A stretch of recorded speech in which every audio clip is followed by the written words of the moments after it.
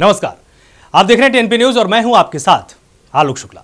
2024 के लोकसभा चुनावों से पहले आज प्रधानमंत्री नरेंद्र मोदी अपने गृह राज्य गुजरात के दौरे पर हैं। प्रधानमंत्री नरेंद्र मोदी गुजरात दौरे में 44,000 करोड़ रुपए से अधिक के विकास कार्यों की सौगात दे चुके हैं। पीएम मोदी ने राज्य के विभिन्न हिस्सों से आए कई किसानों की मौजूदगी में गुजरात सहकारी दुग्ध विपणन महासंघ के स्वर्ण जयंती समारोह में शिरकत की। उनके साथ गुजरात के मुख्यमंत्री भूपेंद्र पटेल भी मौजूद रहे। इस दौरान प्रधानमंत्री मोदी ने जनसभा को संबोधित करते हुए कहा कि हम आज दुनिया के सबसे बड़े दूध उत्पादक देश हैं। भारत के डेयरी सेक्टर से 8 करोड़ लोग सीधे जुड़े हुए हैं। पिछले 10 साल में ही भारत में दूध उत्पादन में तकरीबन 60% की वृद्धि हुई है। गुजरात के गांवों ने मिलकर 50 वर्ष पहले जो पौधा लगाया था वो आज विशाल वटवृक्ष बन गया है और इस विशाल वटवृक्ष की शाखाएं आज देश विदेश तक फैल चुकी है। Gujarat cooperative milk marketing federation की स्वर्ण जयंती पर आप सभी को बहुत बहुत शुभकामनाएं। भारत की आजादी के बाद देश में बहुत से ब्रांड बने, लेकिन अमूल जैसा कोई नहीं। आज अमूल भारत के पशुपालकों के सामर्थ्य की पहचान बन चुका है। अमूल यानी विश्वास, अमूल यानी विकास, अमूल यानी जन भागीदारी, अमूल यानी किसानों का सशक्तिकरण, अमूल यानी समय के साथ आधुनिकता का समावेश, अमूल यानी आत्मनिर्भर भारत की प्रेरणा, अमूल यानी बड़े सपने, बड़े संकल्प और उससे भी बड़ी सिद्धियां। सही प्रयासों की वजह से हम आज दुनिया के सबसे बड़े दूध उत्पादक देश हैं। भारत के डेयरी सेक्टर में 8 करोड़ लोग सीधे जुड़े हुए हैं। अगर मैं पिछले 10 साल की बात करूं तो भारत में दूध उत्पादन में करीब 60% वृद्धि हुई है। पिछले 10 वर्षों में प्रति व्यक्ति दूध उपलब्धता भी करीब 40% बढ़ी है। दुनिया में डेयरी सेक्टर सिर्फ 2% की दर से आगे बढ़ रहा है, जबकि भारत में डेयरी सेक्टर 6% की। प्रधानमंत्री नरेंद्र मोदी गुजरात के दौरे पर हैं और इस दौरान पीएम मोदी सूरत जिले के काकरापार परमाणु ऊर्जा स्टेशन में कुल 1400 मेगावाट की क्षमता वाले 2 नए दबाव युक्त भारी जल रिएक्टर राष्ट्र को समर्पित करेंगे। इसके साथ ही वो गुजरात की अपनी 1 दिवसीय यात्रा के दौरान कई परियोजनाओं का उद्घाटन और शिलान्यास भी करेंगे। दिल्ली में कांग्रेस और आम आदमी पार्टी के बीच गठबंधन पर सहमति बन गई है। सूत्रों के मुताबिक आप 4 सीटों पर चुनाव लड़ सकती है, वहीं 3 सीटों पर कांग्रेस अपने उम्मीदवार उतार सकती है। सूत्रों ने बताया कि कांग्रेस पूर्वी दिल्ली, उत्तर पूर्वी दिल्ली और चांदनी चौक सीट पर चुनाव लड़ सकती है, वहीं आप नई दिल्ली, उत्तर पश्चिमी दिल्ली, पश्चिमी दिल्ली और दक्षिणी दिल्ली की सीटों पर चुनाव लड़ सकती है। सूत्रों ने यह भी बताया कि गठबंधन समझौते के तहत गुजरात की भरूच सीट आम आदमी पार्टी को कांग्रेस दे सकती है। इसके पहले आम आदमी पार्टी के राष्ट्रीय संयोजक अरविंद केजरीवाल ने बुधवार को कहा था। जम्मू कश्मीर के पूर्व राज्यपाल सत्यपाल मलिक के घर दफ्तर का आज सीबीआई का छापा पड़ा। साथ ही जेके में भी उनके 30 ठिकानों पर रेड पड़ी है। सीबीआई ने यह कार्रवाई किश्तवाड़ में चिनाब नदी पर प्रस्तावित कीरू हाइड्रो पावर प्रोजेक्ट के लिए 2019 में 2200 करोड़ रुपए के सिविल वर्क का कॉन्ट्रैक्ट देने को लेकर की है। सत्यपाल मलिक ने आरोप लगाया था कि उन्हें राज्य का गवर्नर रहते हुए परियोजना से संबंधित 2 फाइलों की मंजूरी के लिए 300 करोड़ रुपए की भारी भरकम रिश्वत की पेशकश की गई थी। आपको बता दें कि 23 अगस्त 2018 से 30 अक्टूबर 2019 तक जम्मू कश्मीर के वो राज्यपाल रहे। वहीं आपको ये भी समझाते हैं कि आखिर कीरू हाइड्रो इलेक्ट्रिक प्रोजेक्ट को लेकर भ्रष्टाचार के क्या आरोप हैं, साथ ही क्या ये पूरा प्रोजेक्ट है। कीरू हाइड्रो इलेक्ट्रिक प्रोजेक्ट में भ्रष्टाचार के क्या है आरोप। टेंडरिंग के संबंध में दिशा निर्देशों का पालन नहीं किया गया। यह भी आरोप लगाया गया कि CVPPL की 47वीं बोर्ड बैठक में निर्णय लिया गया था कि रिवर्स ऑक्शनिंग के साथ ई टेंडरिंग के माध्यम से फिर से कॉन्ट्रैक्ट आवंटित किया जाएगा, लेकिन चल रही निविदा प्रक्रिया को रद्द करने के बाद इसे लागू नहीं किया गया और CVPPL की 48वीं बोर्ड बैठक में पिछली मीटिंग के निर्णय को ही उलट दिया गया। क्या है Kiru hydro electric project? Kiru hydro electric project 624 megawatt Jammu और कश्मीर के किश्तवाड़ जिले में स्थित चिनाब नदी पर प्रस्तावित है। प्रधानमंत्री नरेंद्र मोदी की अध्यक्षता में आर्थिक मामलों पर कैबिनेट समिति यानी CCEA ने 7 मार्च 2019 को Chenab valley power project private limited यानी CVPPL द्वारा कीरू पनबिजली परियोजना 624 मेगावाट के निर्माण के लिए निवेश को मंजूरी दी थी।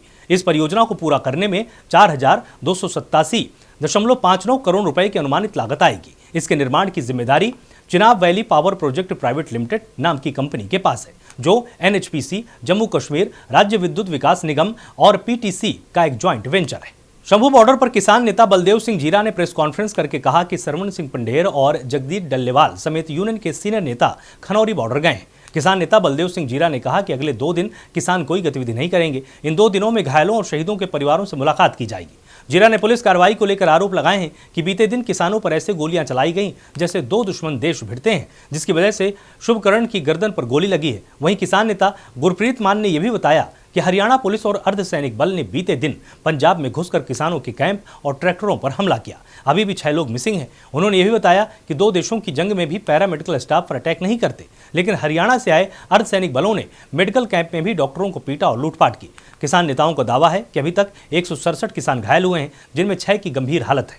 उनका राजेंद्रा अस्पताल में इलाज चल रहा है। वहीं 3 अन्य को PGI भेजा गया है। सबसे पहले तो हम इस बात की निंदा करते हैं कि कैसे पैरामिलिट्री फोर्सेज और हरियाणा पुलिस के फोर्सेज बॉर्डर क्रॉस करके पंजाब में घुसकर जो किसानों का कैंप है उसके ऊपर अटैक करते हैं। इसके लिए पंजाब सरकार को जवाब देना बनता है कि कैसे हरियाणा के लोग पुलिस और पैरामिलिट्री फोर्स पंजाब में घुसकर, जैसे जीरा साहब ने बताया कि ट्रैक्टरों पर अटैक किया है, खड़े ट्रैक्टरों पर, और 5-6 लोग हमारे मिसिंग इन एक्शन हैं कल वहां से, जिनको वो उठा के ले गए हैं।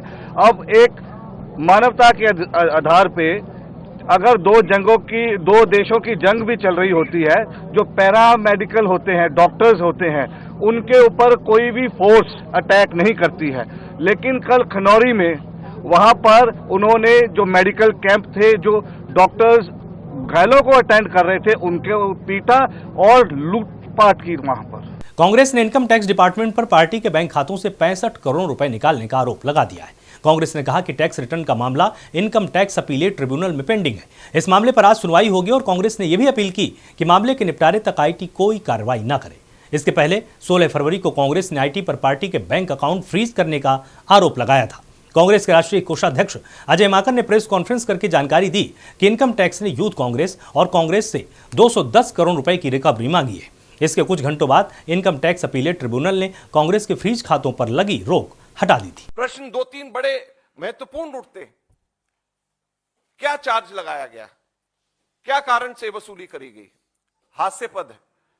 एक चार्ज लगाया गया है कि कांग्रेस के पास में हम लोगों ने 142.83 करोड़ 142 करोड़ 83 लाख रुपए 2018-19 के अंदर कुल हमारे को सब लोगों ने मिलकर के पैसे हमारे पास में आए। कितने? 142 करोड़ 83 लाख 142.83 करोड़ 142.83 करोड़ में से सिर्फ 14 लाख 49,000 14.49 लाख सिर्फ हमारे एक्स MLAs और एक्स MPs ने अपना 1 महीने का अपना उन लोगों ने जो उनको मिलता है, मेहताना मिलता है, उस पैसे को उन्होंने दिया, जिसमें वेणुगोपाल जी ने भी उस वक्त 1,08,000 रुपया हमारी मनमोहन सिंह जी की कमेटी के हिसाब से दिया। ऐसे पूरी लिस्ट है कि जिन लोगों ने उस वक्त पैसे अपना 1 महीने की तनख्वाह सिर्फ दी, और 142.83 करोड़ में से सिर्फ 14 लाख रुपए कैश में आने की वजह से 210 करोड़ की पेनल्टी लगा दी गई। 31 दिसंबर तक के हम लोगों को अपने अकाउंट्स देने थे। 31 दिसंबर की जगह 2 फरवरी को अकाउंट दिया गया, इसलिए सारे के सारे पैसे को उसके इनकम टैक्स के से हटा करके 210 करोड़ की पेनल्टी लगा दी गई। कभी भी आज तक ऐसा नहीं होता। मथुरा श्रीकृष्ण जन्मभूमि और शाही ईदगाह मामले को लेकर आज इलाहाबाद हाईकोर्ट में सुनवाई होगी। ये सुनवाई मथुरा श्रीकृष्ण जन्मभूमि और शाही ईदगाह मस्जिद विवाद को लेकर दाखिल अर्जियों पर होने वाली है।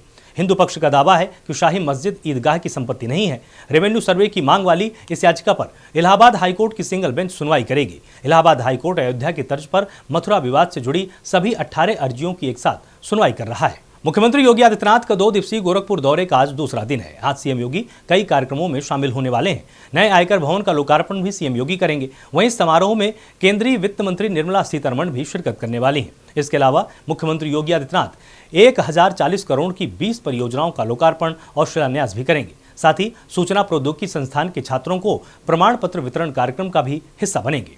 कि आवास योजना के साथ ही आज गीडा के विभिन्न परियोजनाओं का लोकार्पण और शिलान्यास का कार्यक्रम भी हो रहा है। यहाँ की बुनियादी सुविधाओं के लिए अच्छी सड़क हो, नाली हो, बिजली हो, स्ट्रीट लाइट हो, सीवर लाइन बैठे, पार्क बने, इन सभी का भी आज लोकार्पण और शिलान्यास का कार्यक्रम भी संपन्न हो रहा है। और साथ साथ एसडी इंटरनेशनल अपनी पैकेजिंग यूनिट को 300 करोड़ रुपए के इस नए पैकेजिंग यूनिट को यहां पर आज शिलान्यास का कार्यक्रम भी इन्होंने यहां पर आज संपन्न किया है। मैं इसके लिए गीडा प्रशासन को, यहां के उद्यमियों को हृदय से बधाई देता हूं और साथ साथ एसडी इंटरनेशनल जो पैकेजिंग के नए ब्रांड को लेकर के आ रहा है, उसके लिए उनको भी हृदय से मैं उनको बधाई देता हूं।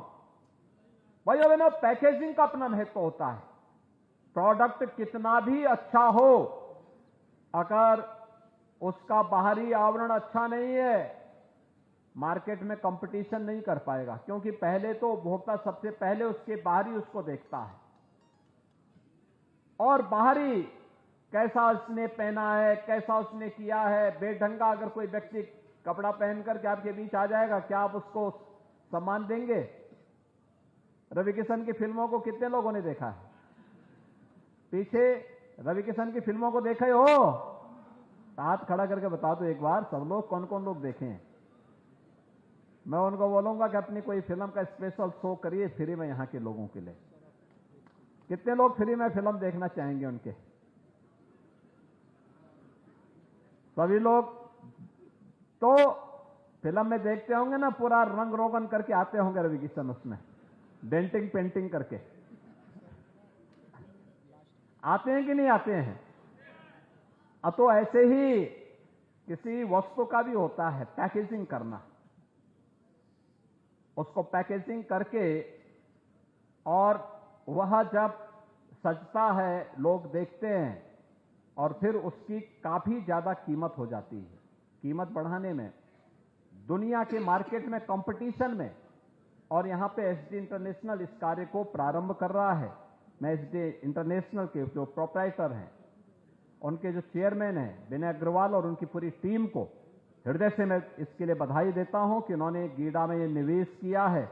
और गीडा इस निवेश के लिए न केवल गोरखपुर बल्कि पूर्वी उत्तर प्रदेश, बिहार और नेपाल के लोग इससे लाभान्वित होंगे। तमाम अच्छे ब्रांड को पैकेजिंग उपलब्ध कराने में उन्हें मदद मिलेगी और उसका लाभ उन्हें उपलब्ध होगा। इसके साथ ही यहां पर गीडा आज एक नई ऊंचाइयों को छू रहा है। पूर्वांचल एक्सप्रेसवे का लिंक एक्सप्रेसवे यहां बन रहा है। बहुत शीघ्र वह कार्य पूरा हो जाएगा। राजस्थान के सीएम भजनलाल शर्मा ने वीआईपी कल्चर खत्म करने की पहल की। उन्होंने फैसला किया है कि उनके काफिले के लिए अन्य गाड़ियों को ना रोका जाए, उनके काफिले की वजह से किसी को परेशानी ना हो। सीएम के इसी फैसले के चलते बुधवार रात को जयपुर के ओटीएस चौराहे की रेड लाइट पर रुकी और सीएम की इस पहल से वीआईपी मूवमेंट की वजह से लगने वाले जाम से राहत मिलेगी। सीएम सहित दूसरे वीआईपी इस मूवमेंट से अक्सर जाम लगता है, ऐसे में गंभीर मरीजों को परेशानी होती है। फिलहाल के लिए इतना ही। आप लगातार जुड़े रहिए टीएनपी न्यूज के साथ। नमस्कार।